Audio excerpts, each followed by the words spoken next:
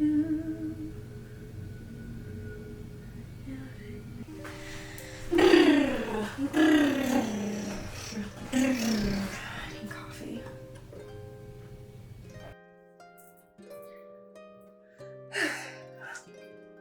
As graduation season is kind of coming to a close, I have been reflecting on the fact that I was supposed to graduate college this past May, and I didn't do that because I dropped out of college after 2 years. And I thought that I would feel sad, or I don't know, I thought I would feel some type of way about it, but I honestly haven't, and I've been really happy about my decision, and I'm the happiest that I've ever been. So way back in 2020, I got accepted into Boston College, and I enrolled as a English and theater double major with a creative writing concentration. And throughout high school, I was a straight A student. I had a million extracurriculars. I was in different sports. I was in the show choir. I was the biggest teacher's pet. I was very much one of those gifted and talented students who expected to go on and go to a good college and go to a good school, get a good job, and have that sort of white picket fence dream. So, what happened? For starters, and perhaps the biggest reason why I decided to leave, is because it was hard to be a poor, femme-presenting person of color at this teeny tiny, very privileged Catholic university. So I was met with discrimination and prejudice from my peers and faculty alike, and I was gaslit into believing that I wasn't facing microaggressions and just blatant racism on the daily. So for instance, I had one professor who historically was known for saying racially insensitive comments to students of color, and despite going to the head of the theater department when I had this happen to me during a rehearsal, the head of the department had a chat with her, and then she proceeded to refuse to acknowledge my existence for the remainder of my time there. And nothing has happened to her. She's still there, she still does all the same stuff. There was another professor who is barred from directing any shows at the school because he was caught groping a student while she was on stage during rehearsal time. And even though he cannot direct, he is still allowed to teach courses, even though there are a lot of students, myself included, who were very uncomfortable and felt kind of betrayed and lied to because the faculty didn't let us know that he had this history or that this was something that had happened. We kind of heard from other students, and once that kind of was made more prevalent, it kind of made the already uncomfortable behavior that he was exhibiting all the more uncomfortable. And despite complaining to the head of the department, nothing changed again. During a Socratic circle in another class, I had a professor interrupt me while I was trying to explain my disdain for this character's father for his mistreatment to his son. And she interrupts me to say, I think this is a reflection of your relationship with your father. The silence was so loud. I did not know how to continue. I was very distraught. I emailed the head of the department and also my academic advisor, and I got moved to a different class, but again, there's no accountability for the professors and the way that they mistreat their students. And then I had a different professor ignore all of my discussion posts because he said, and I quote, that it's lazy to label things as another example of this or that, saying that me pointing out exoticism or misogyny in an old dated piece is lazy, despite having had having multiple points of reference and just a bunch of evidence. And it's not like it wasn't a detailed and thorough explanation. He simply did not have any of it. So he, for the whole semester, just refused to say my discussion posts aloud, even though he graded them well because he knew that I had a point. So it was just so frustrating. But the thing is, it wasn't just the teachers. I got cast in this show as this Iranian maid, and all the other students asked if I was the diversity shoo-in and if I had ever had acting experience before, despite not only being a theater major, but having already played a lead in a show the year prior and having had years of theater experience. Honestly, the constant disrespect and mistreatment had me in this constant state of anxiety, and I was just forever in fight or flight mode, which was only exacerbated by how visibly unsupportive the faculty and the institution was. There was a hate crime that was committed against students of color on the multicultural learning floor that was not recognized as a hate crime, and a hate crime committed against a queer student that just was not recognized at all by the institution. One day, my sophomore year, I found myself on an elevator with 3 other guys, and one of which was claiming to be the RA who was on duty the night that the hate crime on the multicultural floor happened.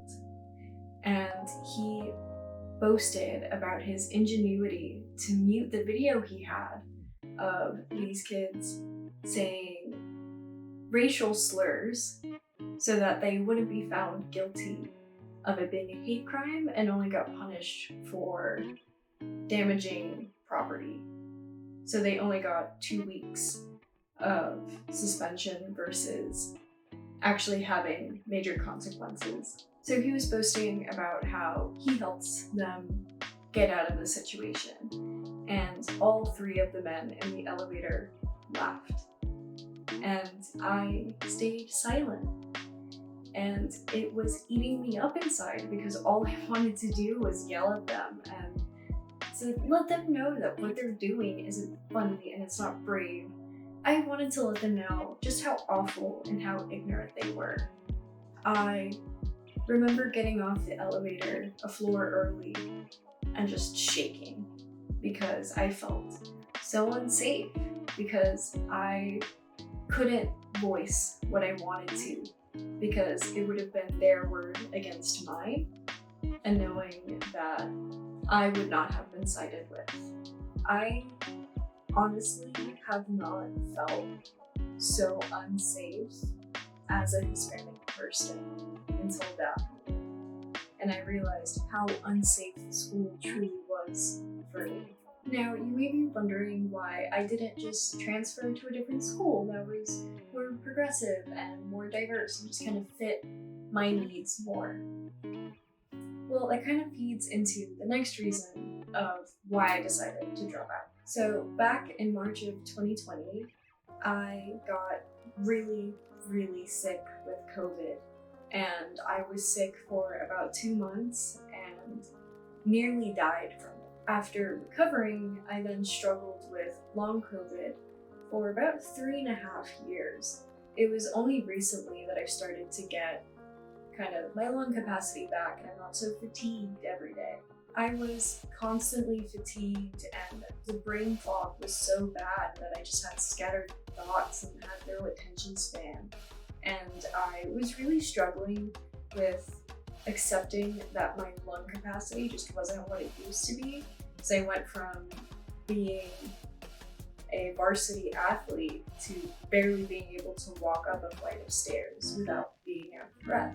So honestly, I got to college already burnt out, and my body needed rest and recovery, which the long hours of studying, of class time, of writing, and the stresses of keeping my grades up and being involved in the things that I want to be involved in, and all of the stress from the situations that I just mentioned were not helping at all.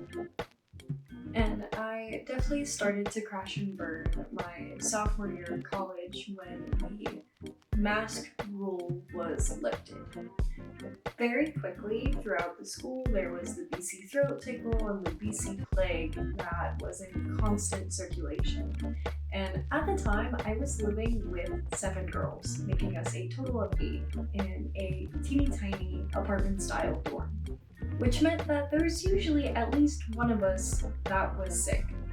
And while they felt fine enough to be able to go to their classes, I usually spent about a week or two bedridden because of how sick I would get because I was immunocompromised. It got so bad that I couldn't go to the bathroom and back to my room without being out of breath. So there's no way I was gonna go walk around campus when I felt just like absolute garbage. University Health Services refused to help me and refused to give me any medication besides Advil, and they refused to run any tests on me or check out my lungs. And side note, University Health Services was always so mean to me and they were so rude and unhelpful. Meanwhile, all my other roommates said that they were super sweet, that they would do all these tests for them, and I just never got that same treatment, despite being super duper sick, if anything worse off than what they were. Anyways, I felt awful and I couldn't make it to my classes and they were not set up for Zoom anymore. So I would end up missing classes and that led to my grades dropping really low and I was struggling so much that I ended up failing a couple classes.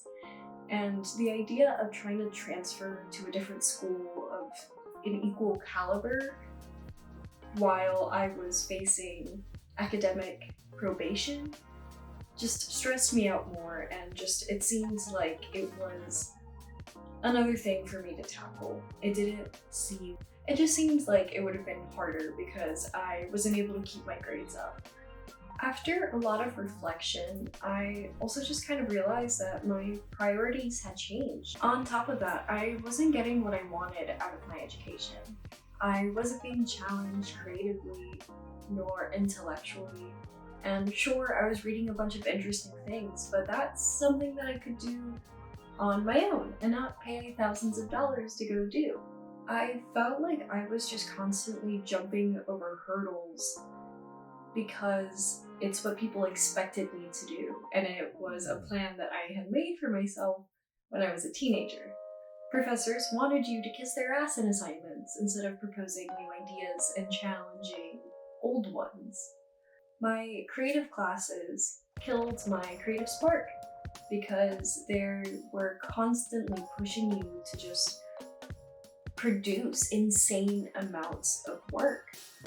There was a time where I was writing 10 poems weekly on top of all of my other classwork that I had to accomplish, and just the ludicrous amount of work that they were asking for led me to having a years-long writer's block. So I was understimulated and overworked, and I just lost my passion. I was unable to write, and I wasn't being cast in productions, so I wasn't acting, and those were the only two things that I had gone to college for. It was the only two things that I was interested in doing and pursuing. So I felt there was no real point in me staying there when I wasn't accomplishing my own goals. I realized that tomorrow isn't promised and health is only temporary. And I didn't want to go down the route of me wasting my youth to get a piece of paper to join the workforce to then maybe experience life if I can retire. So I left. And I spent that first year figuring out how to be a financially independent adult and just healing my mind, body, and soul. All of which has led me to now. I am traveling and I have this channel, and I am honestly the happiest I have ever been in my life. So I give myself a lot of credit for having the courage to take that leap of faith and be able to allow myself to chase a new dream. So just wanted to share just kind of where I've been the past couple of years, because there's a lot of you who know me and know that I dropped out but didn't necessarily know the story behind it. I also wanted to post this video just in case you were also having second thoughts about your choices and your choices in education. You know, life isn't permanent and you can choose new things, you can have new goals. So I encourage you to not be afraid to take a different path, because I feel like everyone kind of wants to put you on this assembly line, but you can totally choose to do different things. You know, college isn't for everyone. So maybe it's not for you. It certainly was not for me. Anyways, thank you guys so much for watching. I hope you enjoyed the video. If you did, please like and subscribe. If you hit the little bell notification, you will get notified every single time that I post. And I will literally love you forever. So yeah, I will see you guys in the next one. Bye. Word.